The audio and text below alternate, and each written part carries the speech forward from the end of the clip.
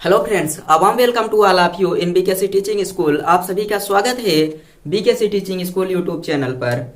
दोस्तों, जैसा कि आप सबको पता है, जो अपना टॉपिक चल रहा था क्लास 10th में मैथ का टॉपिक वास्तविक संख्याएं, जिसमें आज हम लोग पढ़ने वाले हैं प्रश्नावली 1.1, जिसमें आज हम लोग पढ़ेंगे प्रश्नावली 1.1 यानी कि एक्सरसाइज 1.1।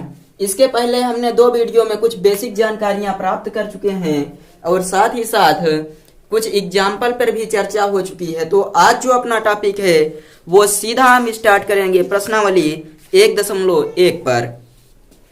तो प्रश्नावली 1.1 का जो पहला क्वेश्चन है हम उसे सॉल्व करेंगे सबसे पहले। तो पहला क्वेश्चन यहाँ पर दिया गया है, निम्नलिखित संख्याओं का एचसीएफ ज्ञात करने के लिए यूक्लिड विभाजन एल्गोरिथम का प्रयोग कीजिए। निम्नलिखित संख्याओं का एचसीएफ ज्ञात करने के लिए यूक्लिड विभाजन एल्गोरिथम का प्रयोग कीजिए। सबसे पहली सवाल जो दी गई है, क्वेश्चन नंबर 1 की पहली सवाल है 135 और 225, 135 एंड 225। इसका हमें क्या करना है, तो यूक्लिड विभाजन एल्गोरिथम के प्रयोग से एचसीएफ ज्ञात करना है। चलिए हम लोग इसको सॉल्व करना प्रारंभ करते हैं।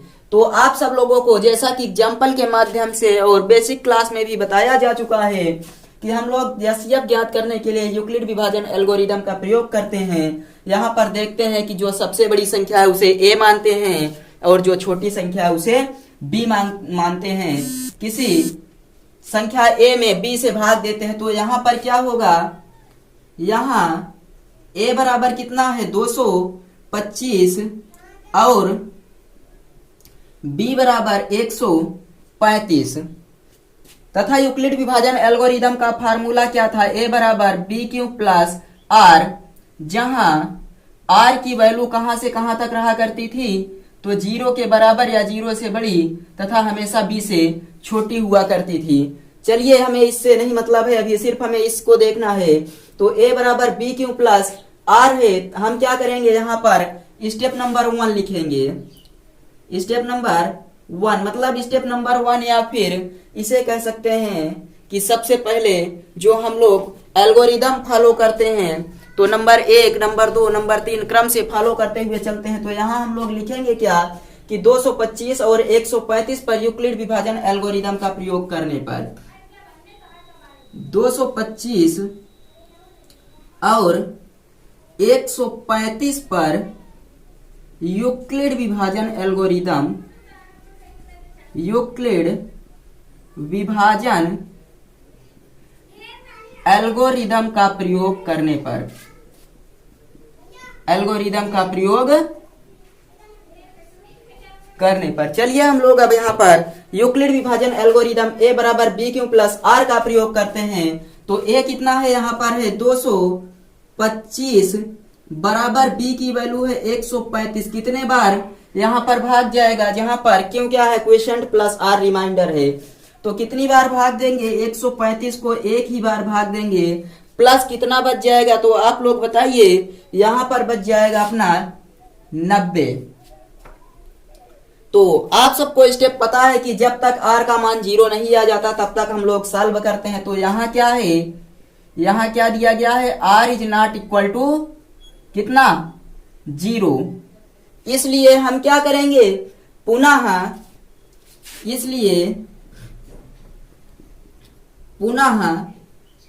किस पर 135 और 90 पर, 135 और 90 पर क्या करेंगे, यूक्लिड विभाजन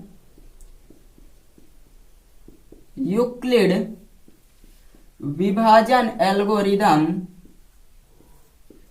का प्रयोग, पुनः इसी पर यूक्लिड विभाजन एल्गोरिदम का प्रयोग करेंगे। तो अपना जो दूसरा स्टेप यहाँ पर आ जाएगा, बड़ी संख्या कौन सी है, तो 135 बड़ी है, तो हम यहाँ पर a बराबर 135 मान लेंगे और 90 पुनः 1 से भाग देंगे। तो यहाँ पर कितना गुणा करने पर 90 के 90 प्लस 45, चूंकि यहाँ क्या है, पुनः आप लोग देख सकते हैं यहाँ r is not equal to 0। Again दोबारा r का मान 0 नहीं है, तब हम क्या करेंगे, इसलिए एक सवाल विस्तार से बता देना है, उसके बाद डायरेक्ट ही बताएंगे। इसलिए पुनः किस पर, तो 90 और 45 पर, 90 और 45 पर यूक्लिड विभाजन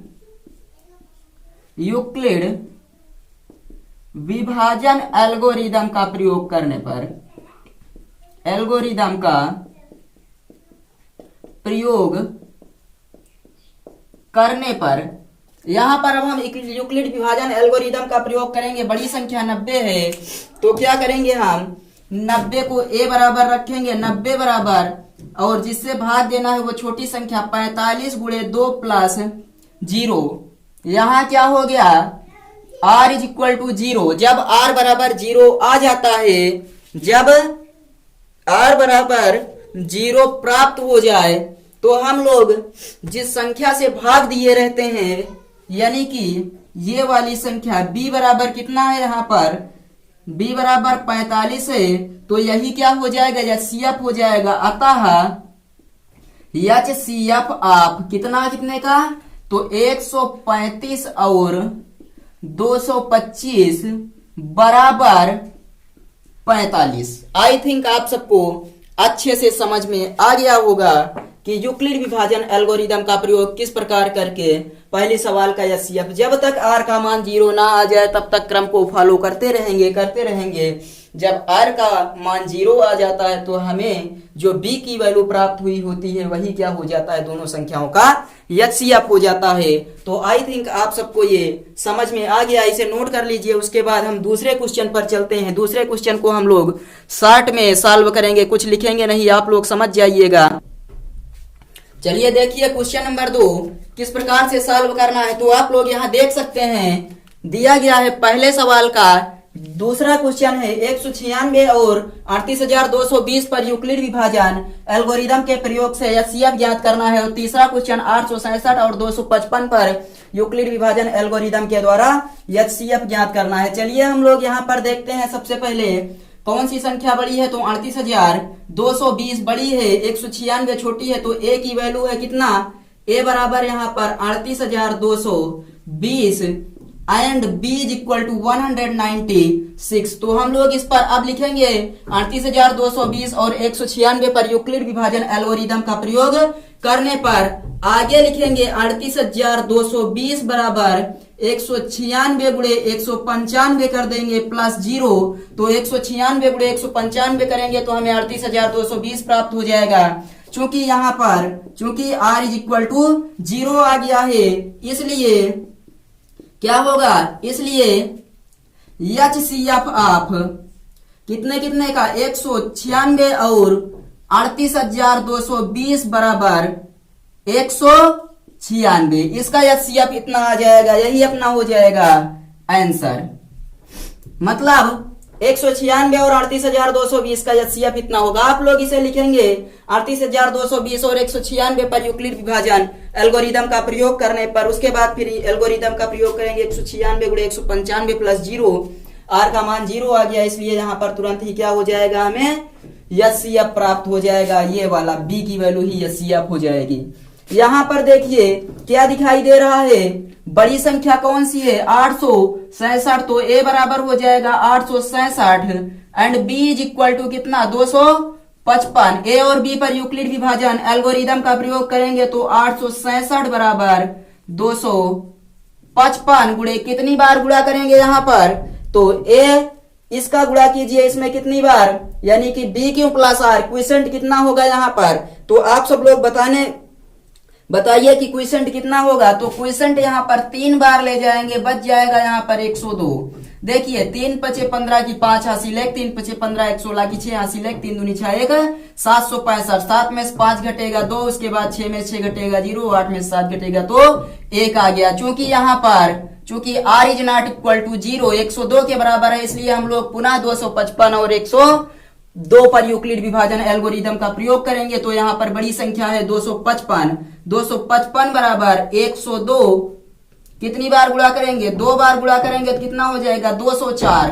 तो यहाँ घटा देंगे 204 में से, तो आ जाएगा यहाँ पर 1 और ये कितना हो जाएगा 5, यानी कि 51 आ गया। चूंकि r is not equal to 0, पुनः r का वैल्यू 0 नहीं है, तो हम लोग 102 और 51 पर यूक्लिड विभाजन एल्गोरिदम का प्रयोग करेंगे। बड़ी संख्या है 102, इसलिए 102 इज इक्वल टू 51 गुणे 2 प्लस 0।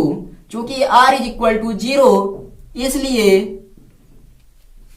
क्या हो जाएगा यहाँ पर HCF ऑफ 867 और 255 बराबर 51 आंसर। आई थिंक आप सबको अच्छे से समझ में आ गया होगा। पहला क्वेश्चन इस तरह से कंप्लीट होता है, तो इसे भी नोट कर लीजिए। उसके बाद हम लोग देखते हैं अगले क्वेश्चन पर।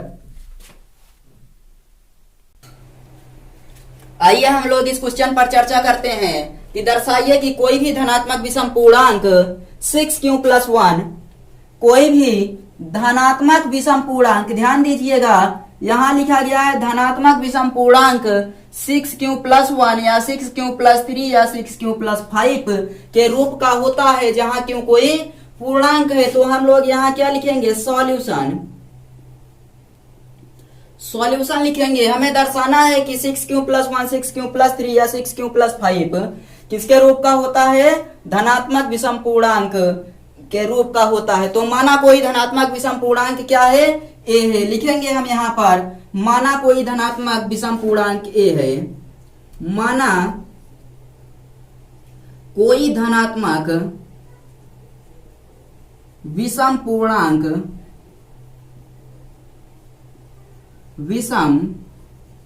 पूर्णांक ए है, जहां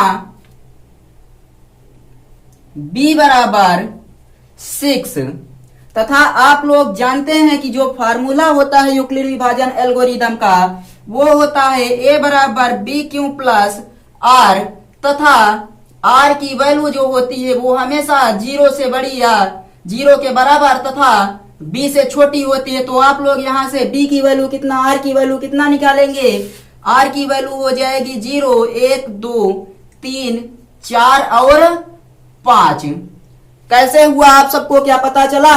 तो आप लोग जानते हैं यूक्लिड विभाजन एल्गोरिदम का फार्मूला a बराबर b⁻r, जहां पर r की वैल्यू हमेशा 0 के बराबर या 0 से बड़ी तथा b से हमेशा छोटी होती है, इसलिए हमने b से छोटी सभी मानों को यहाँ पर रख दिया। अब आप लोग बताइए कि यहाँ पर विषम पूर्णांक हमें लेना है, तो कौन कौन से विषम होंगे। 1 विषम होगा, 3 विषम होगा और 5 विषम होगा। अगर आप चेक करना चाहें a बराबर b⁻r पर रखकर, तो सभी मानों पर चेक कर सकते हैं। चलिए हम सभी पर चेक करके दिखा देते हैं कि जब r बराबर हम लोग 0 लेते हैं तो a बराबर b⁻r होता है। तो b की वैल्यू कितना है, 6 है, 6q r की वैल्यू 0, तो a बराबर क्या हो जाएगा 6q, जो कि क्या है, विषम पूर्णांक नहीं है यहाँ पर, क्योंकि क्यों कोई पूर्णांक है। तो पूर्णांक मतलब 1 2 3 4 0 -1 -2 इस प्रकार का होगा। तो यहाँ पर क्या हो जाएगा, विषम नहीं आएगा, सम संख्या आएगी। चलिए अब आगे देखते हैं कि जब r बराबर 1 लेते हैं, जब r बराबर 1 लेंगे तब हमें a बराबर 6q+1 प्राप्त हो जाएगा, जो कि क्या है, एक विषम पूर्णांक के रूप का है। क्योंकि यहाँ पर अगर 1 रखेंगे तो 6 के नम 6 1 7, 2 रखेंगे तो 6 दूनी 12 1 13, तो ये वाला आ गया विषम पूर्णांक के रूप का। जब r बराबर 1 तो a बराबर 6q+1 हो गया। अब चलिए आगे देखते हैं, जब r बराबर 2 रखते हैं तो क्या आता है, तो a बराबर हो जाएगा 6q+2, जो कि एक सम पूर्णांक होगा, विषम पूर्णांक के रूप का नहीं होगा। तो ये भी कैंसिल हो जाएगा, क्योंकि 6 के नम 6 2 8, 6 दूनी 12 2 14, तो ये नहीं होगा। चलिए अब देखते हैं, जब r बराबर कितना रखेंगे, 3 रखेंगे, तो a बराबर आ जाएगा 6q+3, जो कि एक विषम पूर्णांक के रूप का है, क्योंकि 6 के नम 6 3 9 हो जाएगा, 6 दूनी 12 3 15। आगे देखिए, जब r बराबर 4 रखते हैं तब क्या आता है हमें, a बराबर 6q+4 आ जाएगा। यह भी विषम पूर्णांक नहीं होगा, एक सम पूर्णांक के रूप में आ जाएगा, इसलिए ये भी क्या हो जाएगा, अपना सही नहीं होगा। और आखिरी है, जब r बराबर 5 रखते हैं तो हमें प्राप्त होता है a बराबर 6q+5, जो कि एक विषम पूर्णांक के रूप में है। इसलिए हम क्या कह सकते हैं कि r बराबर 1, 3 और 5 पर हमें a बराबर 6q+1, 6q+3 और 6q+5 विषम पूर्णांक के रूप में प्राप्त होता है। कब कब? जब r की वैल्यू 1 और 3 और 5 रखेंगे तब हमें प्राप्त हो जाएगा a बराबर 6q+1 या a बराबर 6q+3 या फिर a बराबर 6q+5 के रूप का यहाँ पर विषम पूर्णांक, धनात्मक विषम पूर्णांक प्राप्त होगा। तो आई थिंक आप सबको ये क्वेश्चन भी समझ में आ गया होगा। अगर समझ में आया है तो अच्छी बात है, यदि नहीं समझ में आया तो एक बार फिर से वीडियो को रिवाइज करके देख लीजिए, अच्छे से समझ में आ जाएगा। चलिए हम लोग मिलेंगे अब अगले वीडियो में, तब तक के लिए पढ़ते रहिए। बाय।